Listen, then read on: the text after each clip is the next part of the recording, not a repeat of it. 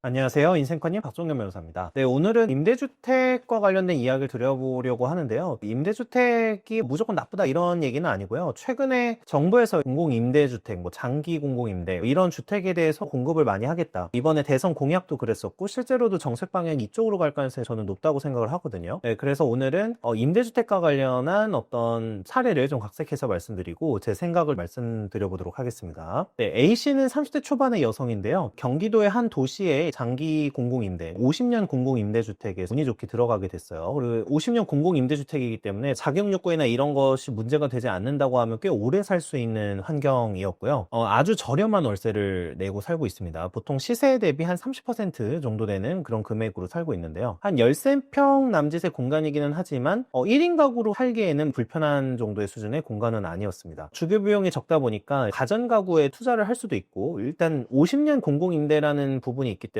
내가 당장 나가야 된다거나 이런 압박감이 없다 보니까 소비를 좀 하게 됐어요. 그래서 55인치 TV라던가 큰 냉장고 이런 부분들을 카드 할부로 이제 구입을 합니다. 그녀는 당연히 당분간 내가 원해서 가는 이사 말고 억지로 가야 되는 이사는 없고, 재산이나 소득 기준이 넘어가지만 않으면 계속해서 살 수 있기 때문에 이 부분을 믿고서 이제 주거비 걱정을 덜고 여러 가지 집도 꾸미고 이렇게 했었던 거죠. 원래는 이 50년 공공임대 아파트에 들어오게 된 거는 돈을 모으기 위한 것도 있었어요. 그런데 생각보다 돈이 잘 모이진 않았습니다. 주거비가 낮은데도 불구하고 자연스럽게 조금씩 씀씀이가 좀 커지는 그런 상황이 있었어요. 의식적으로 굉장히 노력을 하거나 이러지 않으면 돈을 좀 많이 쓰게 되는 그런 환경이 됐었던 거죠. 어느 날 이직을 할 수 있는 기회가 주어지긴 했어요. 열심히 살면서 능력을 쌓았기 때문에 이런 기회가 A씨에게 왔는데, A씨에게 이 이직을 할 때 사실 고민이 어떤 거였냐면, 돈을 당연히 많이 벌 수 있으니까 그 직장으로 이직을 해야 되지만 모아놓은 돈이 없는 상황에서 소득이 높아지면은 괜히 그 공공임대주택에서 나가야 되는 거 아닌가라는 위기감 때문에 이직을 망설이게 됩니다. 소득이 오르면 보통의 사람들은 굉장히 좋아하는 것이 일반적이지만은, 오히려 영구임대주택에서 살고 있다는 이유 때문에 소득이 올라갔을 때 문제가 발생하는 건 아닌가라는 걱정을 하게 된 거죠. 이러다 보니까 망설이다가 이제 결국에 이직 기회를 놓치게 됐고요. 처음에 들어갈 때는 적은 돈을 들이면서 미래를 대비하기 위해서 들어갔지만 익숙해져 갔어요. 이제 너무 당연해지다 보니까 다른 지역의 부동산 가격이나 월세 현황에 대해서는 관심을 갖지 않게 됩니다. 원하기만 하면 계속 살 수 있는 환경이었으니까. 여러 가지 주변의 어떤 부동산 상황이라든가 이런 거에 예민하지 않게 된 그런 상황이 돼버렸고, 결국에 이 주택을 벗어나서는 살아나갈 수 없는 그런 환경이 돼버린 거죠. 몇 년 동안 이렇게 지내다 보니까 부동산 소식이 깜깜이가 됐는데, 친구가 새롭게 집을 샀다고 해서 집들이를 가게 돼요. 그 집들이에 가보니까 그 주택 가격도 입이 딱 벌어지게 굉장히 높았고요. 거기다가 특히 경악했던 거는 월세 비용이 늘었다는 부분이었어요. 월세가 처음에 공공임대주택에 들어갈 때에 비하면 거의 1.5배에서 2배 정도 오른 그런 상황이었던 거죠. 몇 년 전 임대 아파트에 들어갈 때에 비해서 너무나 높은 월세를 감당하기가 힘들어진 거죠. 이 월세 비용이 오르는 것에 대해서 체감을 하지 못했고, 이거에 따라서 돈을 벌려고 하거나 돈을 벌어야 된다라는, 돈을 저축해야 된다라는 굉장히 유인이 별로 없었던 거죠. 그래서 이제 점차 임대주택의 생활이나 이런 주거의 질, 생활의 질에 익숙해져 가면서 월세가 무섭게 오르는 것까지 보면서 이 임대주택을 나가서 생활하는 것에 대해서는 두려움을 느끼고,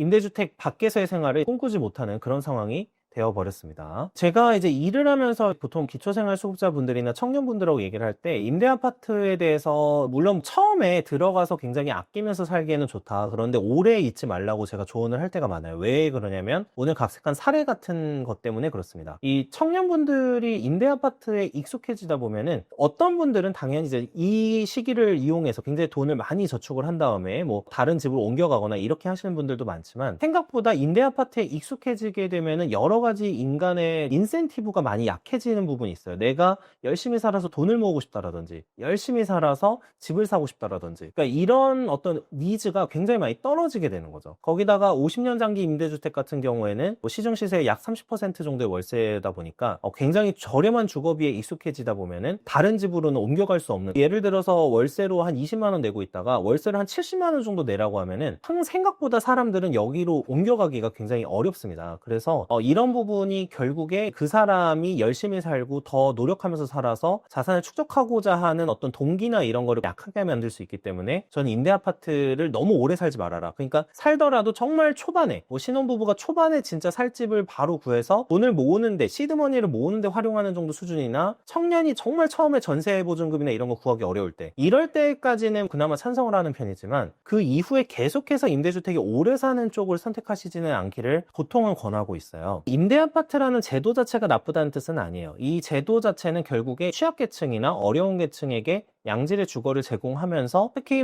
신혼부부나 청년 같은 경우에는 시드머니를 모으게끔 하는 그런 구조가 있는데 이 사람이 공짜나 어떤 지원이나 이런 싼 것에 굉장히 익숙해지다 보면은 자기가 필요한 것에 대해서 계속해서 잊어버리게 됩니다. 그러니까 예를 들면 내가 임대주택에서 사니까 주거라는 게 필요하구나, 내가 주거지를 마련해야 되는구나, 또는 주거비를 마련하기 위해서 많은 돈을 저축해야 되는구나, 이런 부분에 대해서 잊어버리게 될 가능성이 높은 거예요. 그러면 잊어버리면 당연히 동기부여가 약해지죠. 내가 돈을 모으고 싶다거나 더 업그레이드된 주거로 옮겨간다거나 이런 부분에 대한 동기부여가 굉장히 약해지기 때문에 결국에는 지원이나 공짜 이런 것에 익숙해지다 보면은 저는 마인드에 영향을 준다고 생각을 해요. 특히 혼자서 스스로 생존할 수 있다, 또는 생존해야 된다라는 마인드에도 영향을 주는 데다가 내가 익숙하게 누리고 있는 생활 수준을 떨어뜨리기가 사람은 굉장히 어렵기 때문에 혼자서 생활하면서 비슷한 생활의 질을 누리려고 노력을 하는 거를 인간은 계속해서 거부하게 된다는 거죠. 지금은 이 정도 노력만 해도 임대아파트 살면서 이렇게 행복한데 굳이 나가서 고생하면서 이거보다 훨씬 못한 집에 들어가서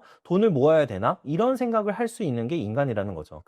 항상 문제는 제도보다는 그 사람의 욕망, 사람의 심리체계가 중요하다고 생각을 하거든요. 그래서 제도 자체, 임대아파트나 행복주택 같은 제도가 제도 자체로는 나쁜 것은 아니지만 인간의 인센티브 체계를 변형시킬 수 있고 뇌구조를 변형시킬 수 있다는 부분이 조금 조심해야 되는 부분이다. 그리고 임대아파트에 살다 보면은 약간 사람들과 어울리는 부분이 좀 달라질 수가 있어요. 사실 이거를 저도 좋아하는 건 아니고 차별하라고 이렇게 권하거나 그런 말은 전혀 아닙니다. 전혀 아닌데 아무래도 현실상 약간 누군가가 임대아파트에 산다라고 하면은 그 주변에서 일반 사람들의 시선이나 특히 아이를 키울 때 같은 경우에는 주변에서 좋은 시선을 받기가 어려운 부분이 분명히 있어요. 그래서 신혼부부 분들 같은 경우에도 아무래도 아이를 낳거나 이렇게 되면은 임대아파트보다는 나와서 생활하시는 쪽으로 많이 가시길 권해요. 근데 아무래도 이런 시선이나 이런 차별적인 거를 제가 옹호하는 게 아니라 일반적인 그냥 사회 현실상 누군가가 임대아파트 단지에 산다거나 누군가가 이런 임대아파트에 산다라고 하면 아무래도 주변 사람들, 커뮤니티나 이런 부분에 있어서는 영향을 줄 수 있는 게 사실이거든요. 그래서 이런 얘기를 드리는 게 사실 어떤 분들은 또 기분이 나쁘실 수도 있지만 사실 이게 현실이긴 하기 때문에 이 부분에 대해서 말씀을 좀 드릴 수밖에 없고, 이런 얘기도 많죠. 학교를 아이들을 보내거나 어린이집을 보내거나 하면은 임대아파트 사는 아이들하고는 어울리지 마라 이렇게 말하는 부모님도 있어요. 저는 그렇게 하지는 않지만 이런 얘기를 하시는 분들도 상당히 많기 때문에 이 차별적인 사고방식을 옹호하는 게 아니라 일반적인 사회 인식, 그러니까 사회 현실상 우리 아이의 커뮤니티 그리고 내 커뮤니티가 많이 달라질 수 있다, 이런 부분도 한번 생각을 해보면은 좋지 않을까 이렇게 생각을 합니다. 아무래도 내 아이에게 이런 차별을 감수하라고 할 필요는 없으니까. 그리고 임대 아파트가 아무래도 많이 있는 지역은 집값이 잘 올라가지도 않고 여러 가지 차이가 생기기 때문에 이런 부분도 선호하지 않는 분들이 주변에 많이 있을 거예요. 아무래도 사람은 주변 사회나 주변 집단의 영향을 많이 받기 때문에 임대 아파트 제도를 이용하고 저렴한 비용으로 초반에 사는 것은 굉장히 좋지만 부작용도 있을 수도 있다라는 거를 한번 생각을 해보게 됩니다. 이 주변 사회와 주변 환경 이런 부분에 대해서 생각을 해보다 보면은 아무래도 임대 아파트를 너무 오래 살면은 약간의 문제가 발생할 수는 있다, 이렇게 말씀드리고 싶어요. 그래서 오늘의 요약은 인간은 이제 결국 환경의 동물이라는 거예요. 내가 당장에는 제도상으로 보면 내가 돈을 되게 절약하면서 살 수 있네라는 되게 장점이 딱 있고 실제로도 장점이 맞습니다. 여기에 익숙해지게 되고 이런 환경이나 제도에 익숙해지게 되면은 내가 열심히 살려고 하거나 돈을 모으려고 하거나 이런 부분에 있어서 굉장히